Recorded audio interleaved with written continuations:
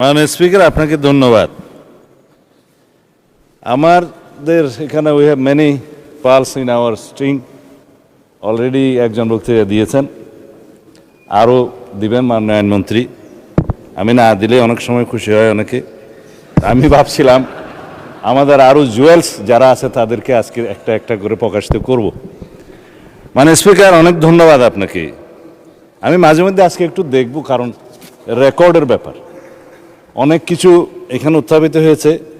আমাদের মাননীয় বিরোধী দলের অনেক বিজ্ঞ সদস্য, ব্যারিস্টার্স, অ্যাডভোকেটস যারা আইন কানুন সংবিধান উদ্ধৃত করেছেন, মজবুরিতে আমাকেও কিছু কিছু জবাব দিতে হবে। আজকে যে নোটিশটা মাননীয় বিরোধী দলীয় নেতা মুলতবি প্রস্তাবের জন্য উত্থাপন করেছেন, লিখিত কাগজটা আমার কাছে আছে। এখানে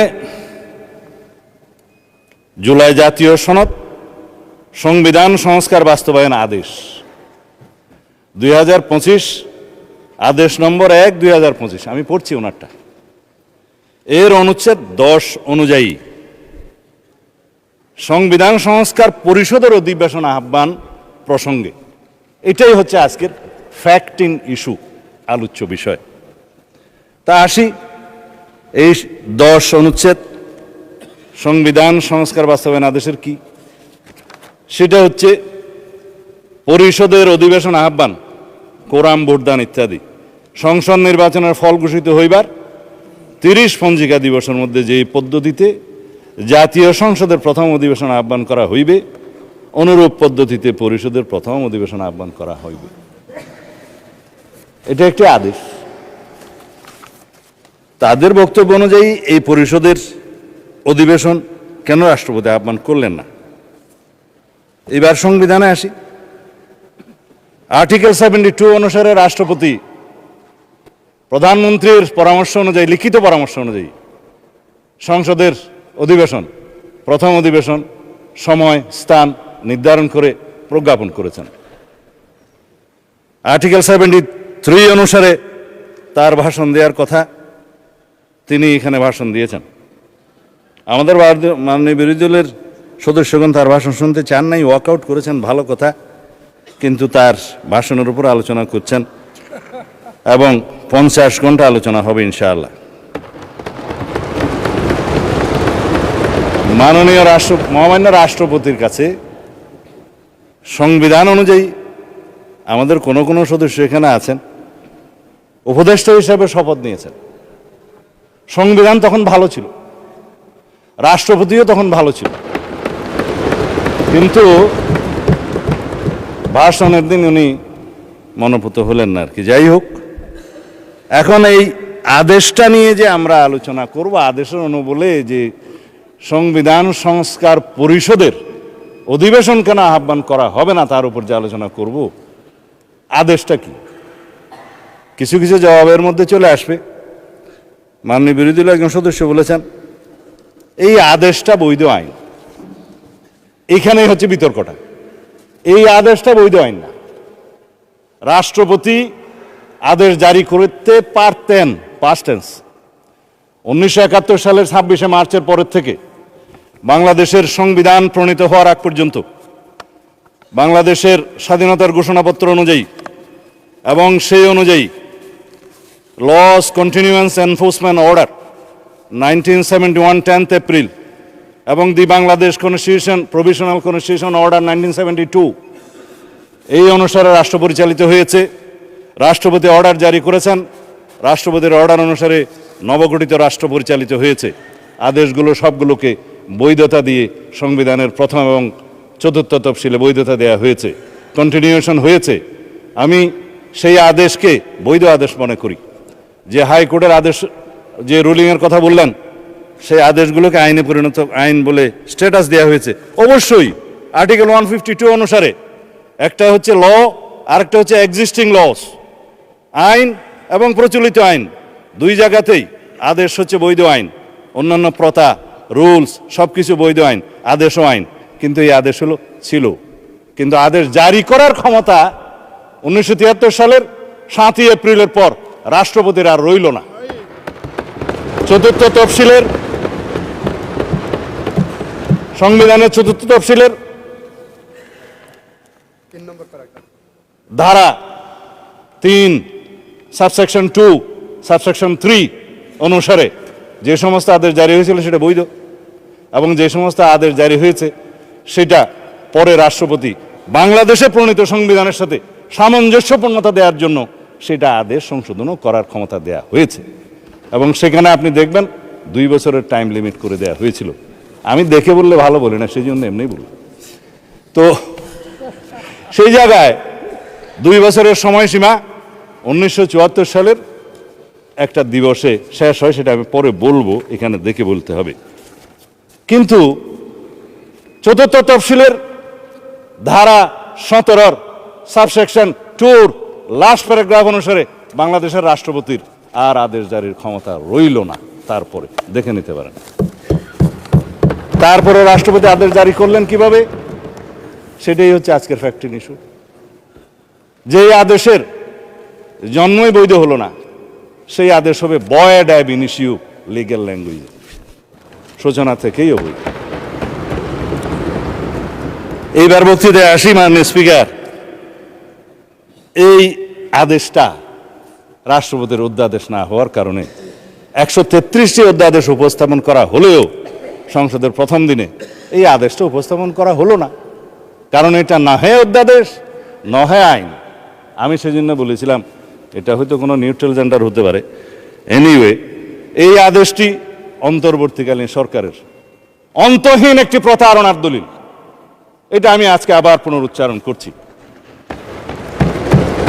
এই আদেশের 10 ধারা অনুযায়ী সংবিধান সংস্কার পরিষদের যে অধিবেশন আহ্বান করার কথা আমাদের মাননীয় বিরোধী দলীয় নেতা উত্থাপন করেছেন, সেইটা ফ্যাক্ট ইস্যু সম্পর্কে আমি আজকে বলে ফেললাম। এখন রাষ্ট্রপতি যে রাষ্ট্রপতি 72 অনুচ্ছেদ অনুসারে যে সংবিধানের নির্দেশ বিধান অনুসারে প্রধানমন্ত্রীর লিখিত পরামর্শ অনুযায়ী এই মহান জাতীয় সংসদের অধিবেশন আহ্বান করেছেন, স্থান এবং সময় নির্ধারণ করেছেন, সেটাও বলেছি। কিন্তু সংবিধান সংস্কার পরিষদের কি কোনো অস্তিত্ব এখন আছে যে রাষ্ট্রপতি কোন বিধান বলে এই অধিবেশন আহ্বান করবেন? এই আদেশ, যে আদেশটা ভয়েড অ্যাব ইনিশিও, সেই অনুবলে কি রাষ্ট্রপতি কোনো ক্ষমতাপ্রাপ্ত হলেন? হ্যাঁ, যদি আমরা এখানে সবাই সম্মত হতাম, সংবিধান সংশোধন হয়ে যেত, সেখানে রাষ্ট্রপতিকে ক্ষমতা দেয়া হতো এবং রাষ্ট্রপতি সেই অনুসারে সংবিধান সংস্কার পরিষদের গঠন করতেন। সংবিধানে আসতো, ফর্ম আসতো 3য় তফসিলে 148-এর বিধান অনুসারে। সেই ফর্ম অনুসারে যিনি শপথ পরিচালনা করতে পারতেন তিনি, তার নির্ধারণ হতো, সেটি স্পিকার হোক, রাষ্ট্রপতি হোক বা প্রধান নির্বাচন কমিশনার হোক। তারপরে সেই প্রশ্ন আসতে পারত। এখন যেই সংবিধানের 4র্থ তফসিলের 3য় দফা সাবসেকশন 2 সাবসেকশন 3 এবং 17 দফার লাস্ট প্যারাগ্রাফ সাবসেকশন 2 আমি উদ্ধৃত করলাম, সেটা দয়া করে সবাই দেখতে পারেন। এখন কথা হলো, মাননীয় স্পিকার, এই আদেশটার অনুবলে আমরা যেটা এখানে দাবি করছি সেটা তো একটা অবৈধ আদেশ, ভয়েড অ্যাব ইনিশিও। কিন্তু আমরা যদি সংবিধান সংশোধন চাই, তাহলে সেই সংবিধান সংশোধন জাতির কাছে আজকে আমি পরিষ্কারভাবে প্রকাশ করতে চাই। একটা বিভ্রান্তি সৃষ্টি করা হচ্ছে সারা জাতির মধ্যে যে বিএনপি সংস্কার চায় না। বিভ্রান্তি সৃষ্টি করা হচ্ছে বিএনপি জুলাই জাতীয় সনদ মানে না। কিন্তু যেটা নিয়ে বিতর্ক হচ্ছে সেটা হচ্ছে জুলাই জাতীয় সনদ উইদিন ব্র্যাকেট সংবিধান সংস্কার বাস্তবায়ন আদেশ, অর্থাৎ জুলাই আদেশ। আমরা তো আছি জুলাই জাতীয় সনদে, যেটা জাতির সামনে সবাই স্বাক্ষর করেছি সেটাই। এবং এই জুলাই জাতীয় সনদের 2025-এর ঐতিহাসিকভাবে যেটা স্বাক্ষরিত হয়েছে, বাংলাদেশের সকল রাজনৈতিক দলের, গণতান্ত্রিক রাজনৈতিক দলের ফেসিবাদী বাদে, যেটা রাজনৈতিক সমঝোতার দলিল হিসাবে স্বাক্ষরিত হয়েছে, এই দলিলের প্রত্যেকটি অক্ষর, শব্দ, বাক্য আমরা ধারণ করি এবং প্রশ্ন উঠেছে যে আমরা এই আদেশের অনুবলে কেন আমরা গণভোট যেটা অনুষ্ঠিত হয়েছে সেটা মানছি না? আসেন, গণভোট অনুষ্ঠিত হয়েছে, এই গণভোটের প্রস্তাবক তো আমরা ছিলাম। আমি প্রস্তাব দিয়েছিলাম বিএনপির পক্ষে যে অন্যান্য রাজনৈতিক দল জুলাই জাতীয় সনদ যখন স্বাক্ষরিত হবে, তখনও হয়নি, সেটার আইনি ভিত্তি দেওয়ার জন্য সবাই একটা দাবি উত্থাপন করলেন। বললাম হ্যাঁ, জনগণের সম্মতি নেওয়া যায়। এই জুলাই জাতীয় সনদের পক্ষে জনগণ আছে কি নাই? কারণ এই জুলাই জাতীয় সনদের দুইটা ভাগ। প্রথম ভাগ হচ্ছে সংবিধান সংশোধন সাপেক্ষে আমরা সংস্কারের বিষয় সমূহ এখানে বলা আছে 1 থেকে 48, 1 থেকে 47 সংবিধান সংশোধন সাপেক্ষে সংস্কারের বিষয় সমূহ লেখায় আছে। সংবিধান সংশোধন সাপেক্ষে সংস্কারের বিষয় সমূহ যদি এই জুলাই সনদের পক্ষে জনগণ হ্যাঁ বলে, তাহলে পরে আমরা সংবিধান সংশোধন করতে পারবো সেই 47টা বিষয়ে। উইথ নোট অফ ডিসেন্ট, প্রত্যেকটা নোট অফ ডিসেন্টে বলা আছে যে সমস্ত রাজনৈতিক দল বা জোট তাদের নির্বাচনী ইশতেহার উল্লেখপূর্বক যদি জনগণের ম্যান্ডেট লাভ করে, তাহলে তারা সেই মতে ব্যবস্থা গ্রহণ করতে পারবে। আগামী কালকে অথবা পরশু সম্ভবত আরেকটি মুলতবি নোটিশের উপরে আমরা আলোচনা করতে চাইব। আমরা দিচ্ছি না, বেসরকারি সদস্যরা দিচ্ছে। সেখানে এই জুলাই জাতীয় সনদের প্রত্যেকটি ধারা ও উপধারা কি কি আছে সেই বিষয়ে কথা হবে, প্রতিশ্রুতি বিষয়ে। আমি আজকে ওখানে বিস্তারিত যাব না।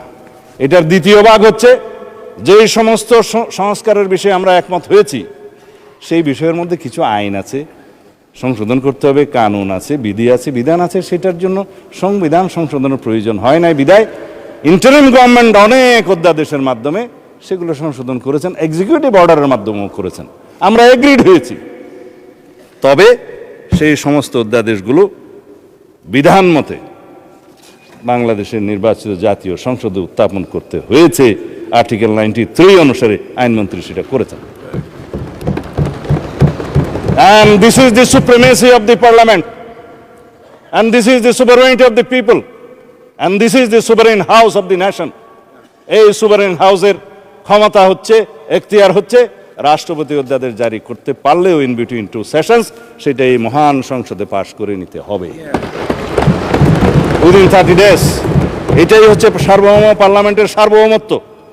মাননীয় স্পিকার, আমরা এখন যদি এটার পোস্টমর্টম করতে চাই, রাষ্ট্রপতির এই আদেশ কেন অবৈধ তার যুক্তিসমূহ একটু বলি।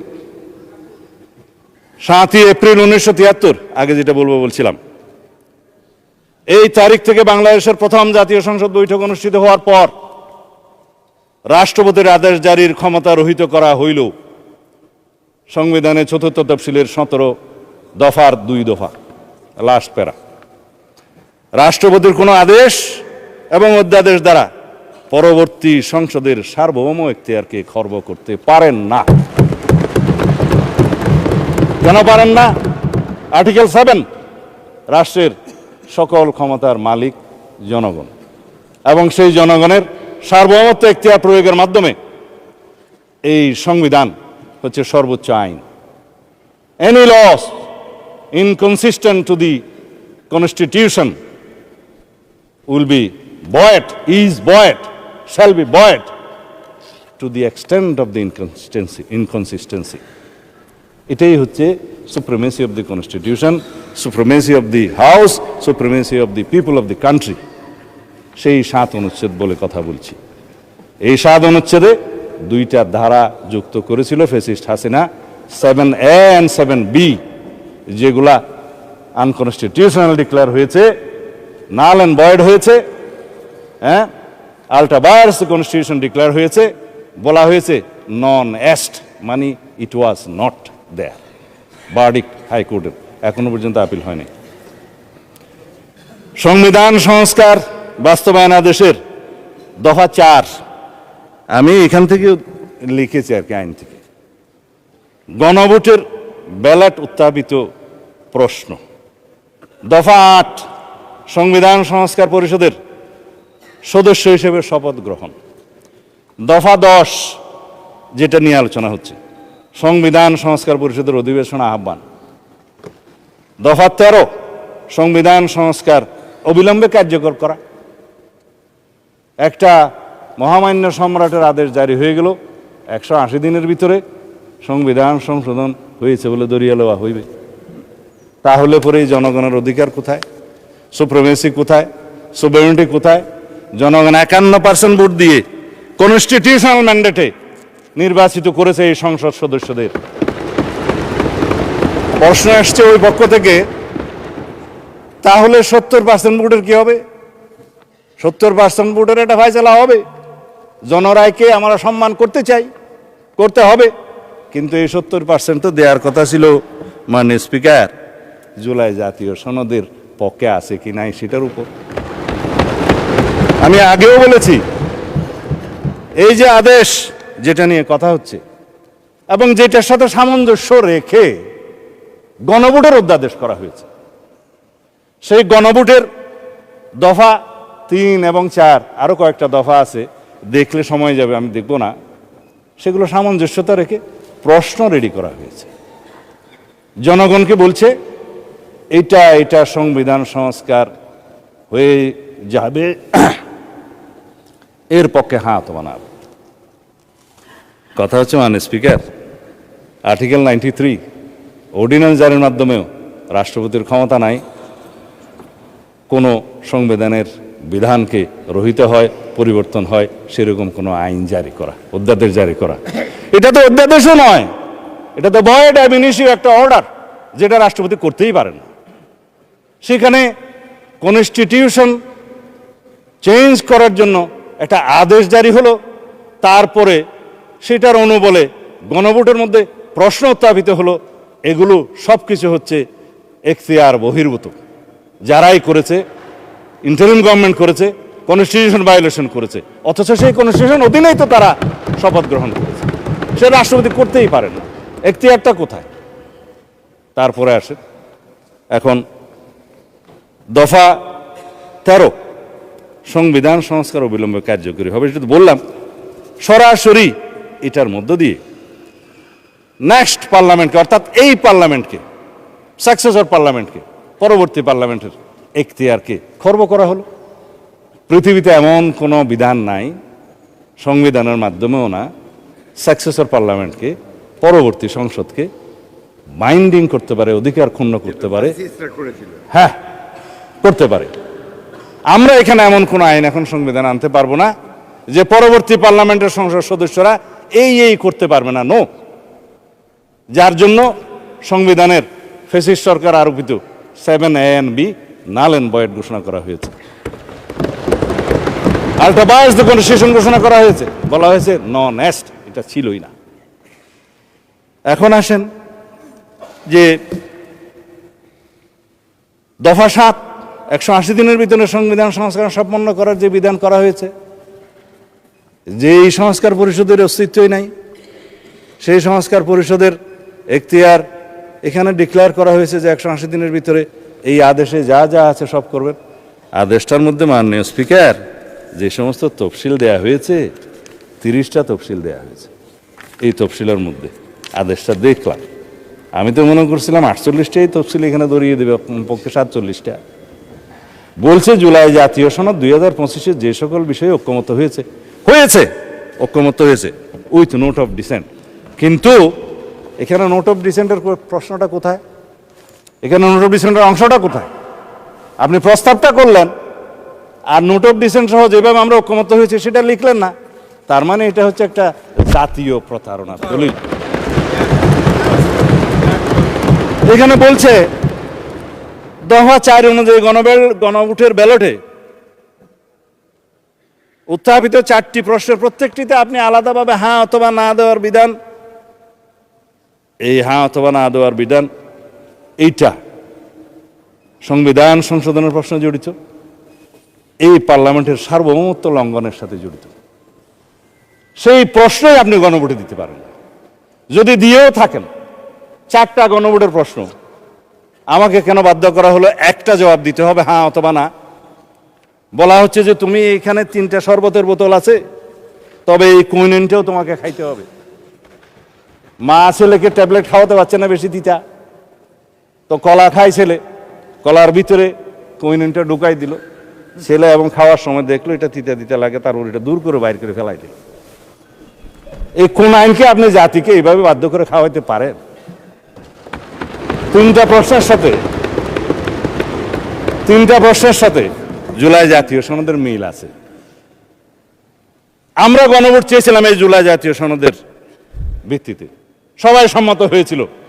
ইন্টারিম গভর্নমেন্ট, অস্থায়ী গভর্নমেন্ট, তত্ত্বাবধায়ক সরকারের মতো মৌলিক কোনো বিষয়ে সিদ্ধান্ত নেওয়ার এখতিয়ার রাখে না, তারা কিভাবে একটা অবৈধ আদেশ জারি করে রাষ্ট্রপতিকে দিয়ে? আমি মহামান্য রাষ্ট্রপতির সাথে তখন কথা বলেছিলাম যে মহামান্য রাষ্ট্রপতি, আপনি কি আদেশ জারি করতে পারেন?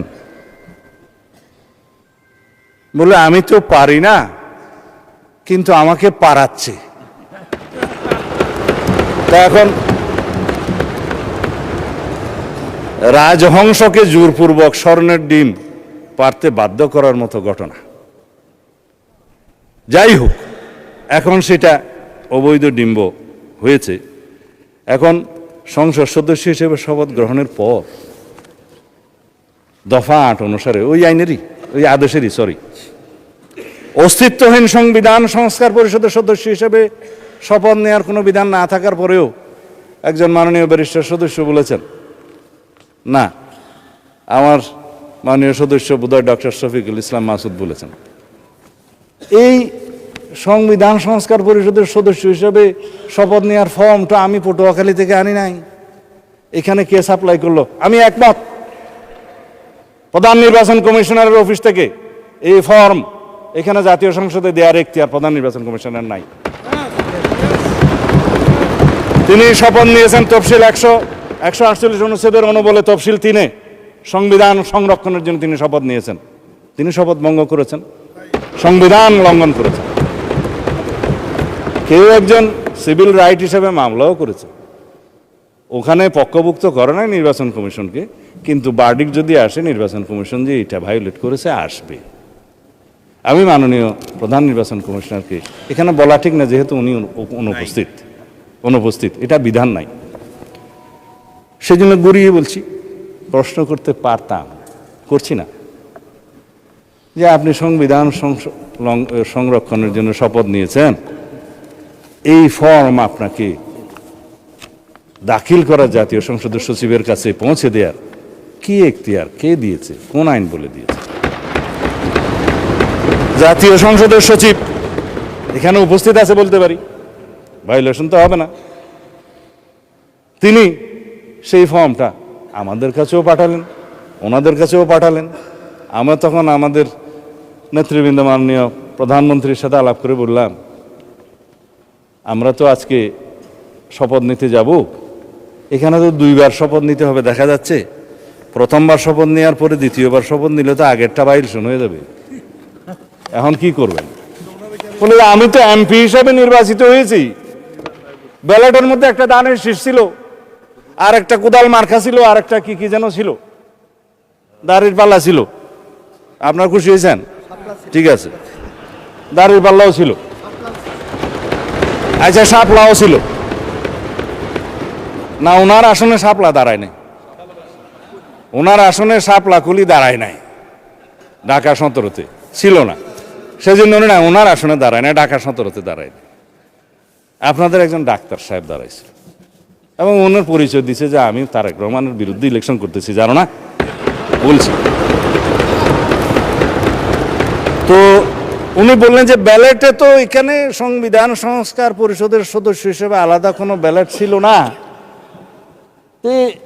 ব্যালট ছিল না, 22 ব্যালট ছিল না, বলে যে এখানে এমপি নির্বাচিত হওয়ার জন্য কনস্টিটিউশনাল ম্যান্ডেট হিসেবে নির্বাচন কমিশন সংসদ সদস্যদের নির্বাচনে একটা ব্যালট দিয়েছে, সেখানে আমরা সিলটিল দিয়েছি।